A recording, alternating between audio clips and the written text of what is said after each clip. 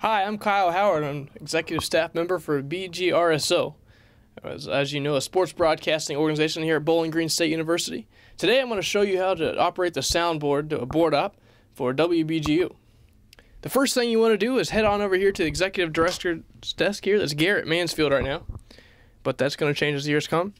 You're going to grab this production workshop checklist right here. It has all the things you need to know, which I'll go through later on. But as you go, you're going to check mark those off, put your name on it, and in the comment section, any issues that you have. So you're going to hold on to that, come right down here to the drawer section underneath here, grab out a Sharpie. If you have a pen, that's great, but if not needed, you can use the Sharpie to check mark everything off, and you're also going to use a Sharpie for something else I'll show you in just a second. Alright, so next you'll walk on over here, you're going to see the case. Sometimes this will be closed, sometimes it'll be open. That's where all the finished discs will go.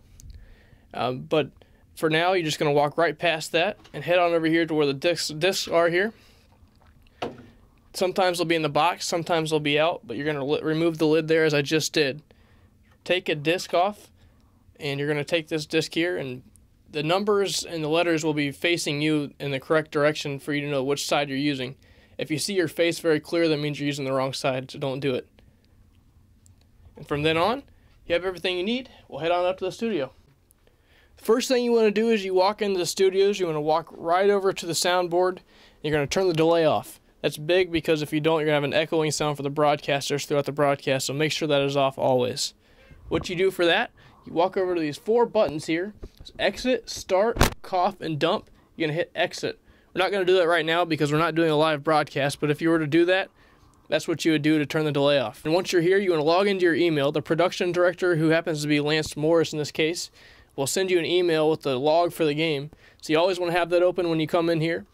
Got that right up here in the attachments. We're going to go ahead and click on that. It's going to give me this little indication box here. We're going to open that up there. Waits a second for it to load, but it's going to come up in a Word document, so we're going to have that in just a second as it loads. And here you are. You can always put that in 1 or 2. In this case, it's going to come up in 2 pages here, side by side. And all this does is tell us basically what's going to be playing in the dead air spots throughout the game and the order of the broadcast. So to start out, you're going to load up the RSO disclaimer. So once again, now that as the log says, you want to make sure you put in the RSO intro, which is the disclaimer. It's the same thing. But as you already have the delay off, make sure that's off. If you didn't do that already, make sure that is off. That's very important. But in order to access that, you're going to go to Show Log Load. You're going to find the football. This is for the football's case. All the other sports are marked in here. They're indicated. BGSU women's basketball, football, baseball, and hockey are all indicated here. But we're going to go to football for this time. You're going to go also make sure the show log mode is on insert, not play. This time it's on play. If we hit that right now, it's going to play on air. We don't want to have that. So make sure you hit insert.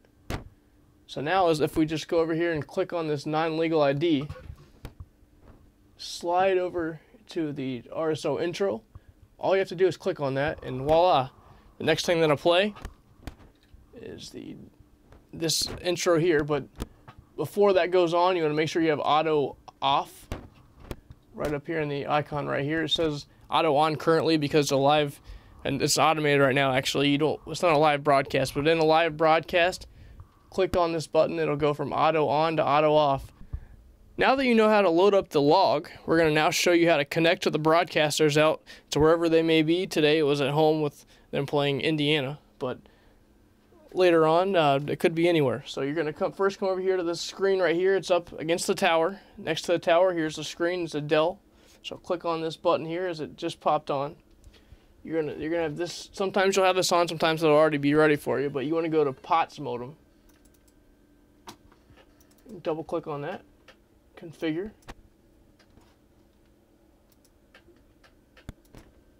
You want to go to remotes, as I just did there. You want to manage connections, which is where we're at right now. You could also add a new remote if we wanted to add a new one that's not already in there. But since we already have this one on here, we're going to go out to the football field at Dort Perry Stadium. And there's the phone number there. All you're going to do is hit connect.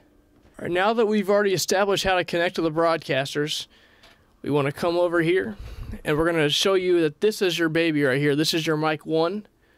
It's hanging off here. It says mic 1 right here on this icon. It's a little sticker on the side, and also hanging over the overhang here, it says mic 1 on there, so you'll never forget that. Your slider here wants to be around this gray mark right here, and between the 10 and 15. That's where your audio levels are going to be. You should see it over here on the VU meter. It should be around the 8 and 14, anywhere in this range. If it's past that, it's going to be too loud, and it's going to be very hot when the broadcasters get very excited. So you want to make sure it stays between the 8 and the 14 there, anywhere in the 0 and 14 really, but the 8 to 14 is very good quality, so that's where you want to stay. Now, if you're going to be on air, you don't really want to ever be on air in this case, but if you're going to communicate with the broadcasters, you need to make sure that you have your mic programmed correctly. So what you want to do is you want to have your microphone, mic 1, right here at the bottom, as you see. Red means on, yellow means that you're not on. So right now we're not on air, so that's a good thing. We don't want to be on air right now. Come over here to aux. There's program, audio, aux, and UTIL. You want to hit aux because you don't want to be on air. Program will put you on air. You don't want that. So you highlight aux. You hit this red button here, which we're not going to talk to anybody right now, but you would say later on. And then that would just you talk into the mic then, and you would talk back and forth to the broadcasters through our next process. Once you have that loaded on and you have your mic turned on to talk, you slide on over here. Make sure the computer meter is up right here. The slider right here is right where it should be. You're having good crisp levels right here, as you can see. So then the next thing you want to do is come over to the Comrex. It's always going to be the Comrex here, so you're going to slide the level up here. So about the same range. You play around with the levels and make sure they're good, but should be in the same level. So you want to hit the Q so you can talk to the broadcasters. You'll talk through this mic again. Once your mic 1 is in with the red button on there, that'll have you on through aux. That will not have you on program. You never want to be in program. Don't hit the program button for mic 1. But go back here to the Comrex. You're in Q. That's how you talk to the broadcasters about how much time is left in the log. So in this case, there's 50 seconds, about 45 now actually, until the next promo plays. So when you put the ID on, the FCC ID that you have to play throughout the broadcast, as you'll see in the log, as it gets close to about 5, you go 5, 4, 3, 2, 1, back to you guys. Then at that point, you put them on air. Instead of Q, you take it out of Q, you put it on program, and you hit the red button that puts them right on air. So instead of being in queue to talk to them, which you never use the red button for, it'll just come on automatically. Once you are ready to put them on air, after the 5, 4, 3, 2, 1 countdown, program, take it out of queue, hit the red button, voila, you're back on air. Now that you know how to put your broadcasters on air and put some promos on the screen, we're going to show you how to put the disc into the device here to record the broadcast, which is very important. Broadcasters can use that track later on to clean it up and then sell themselves later on to employers. So what you're going to do is slide your chair on over here, grab this nice Sharpie here, take over, and also grab the CD here. Make sure it's on the side with the numbers and letters facing you so you can read them left to right. If it's not, you're on the wrong side. You can't see yourself very well from this angle. If you see it on the other side, you can see yourself very well, which you don't want to do. So make sure you have the numbers and letters facing you when you put it in. Slide your chair right over here. And you want to put your marker down for a second. Slide this on into this Tascam bottom recording device section down here. You can play a CD in there as well, but for now we're just going to record. It'll say loading and media reading down here if it's already in CD. For the sake of it not being in CD, we're going to show you can go, there's home display, function, and device. You want to go to device. You can scroll around. You can put a USB, an SD, CF, or here's a CD. We're already in CD, so we're just going to go click this button that we use to circle it around. You're going to click that in, and there we are. Next thing you would do is go to menu. You want to go up to record, REC, that's option number 2. Scroll up there. Push this button in again. recording format. It's an MP3. You want to use that so we can use as few discs as possible. If you use any other recording format, sometimes you'll use more discs than you really need. MP3 format will use the entire game or match. But right now we're not going to record with this disc actually. So we're going to get back out of there. And when you're ready to record, you're going to hit record, this button over here. It'll turn red. And once it's ready to go, you'll hit play. And whenever the broadcasters are ready to go, you record it until breaks come or a big play happens. As soon as a big play happens or a break comes, you hit this ready or call button, which is the pause button here. Wait for it to stop. It'll hit 0 again like this, and it'll be a new track. It'll go from 0 to 1. And you'll hit play again for the next track. You do that repeatedly throughout the broadcast to get good quality for the broadcasters so they can go back and listen to their broadcast and find the calls that they want to use for their own benefit later on. So now that you've recorded the entire broadcast and you've gotten all the tracks out for the broadcaster's use, you want to go over here to menu. And the broadcast is over now, keep that in mind. Menu, scroll down to CD, push this scroll button in, scroll up to finalize. It won't let us do that now because there's nothing on the CD yet. But you want to scroll up to the top at finalize. You're going to click it in. It's going to say, are you sure? And you're going to click it in one more time. That means yes. It's going to finalize the broadcast. Wait till it's done. It'll tell you when it's done. And then all you'll do is eject the CD.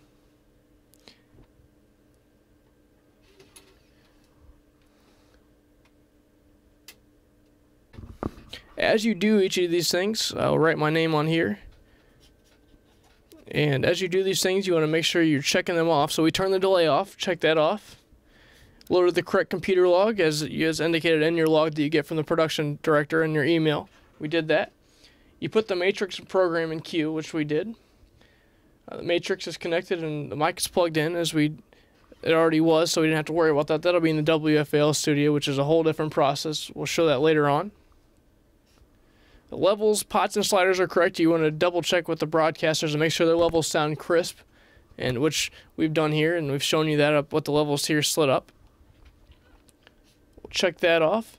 Load the breaks, which you can do during the course of the broadcast. It's just as simple as putting the promos on there as we showed you earlier on. And just the log will indicate when your breaks will be, so it's very simple to do. Check that off. You also want to turn the auto on and off. So as you leave the studio and the broadcast is over, make sure that is clicked back to auto on. Check that off.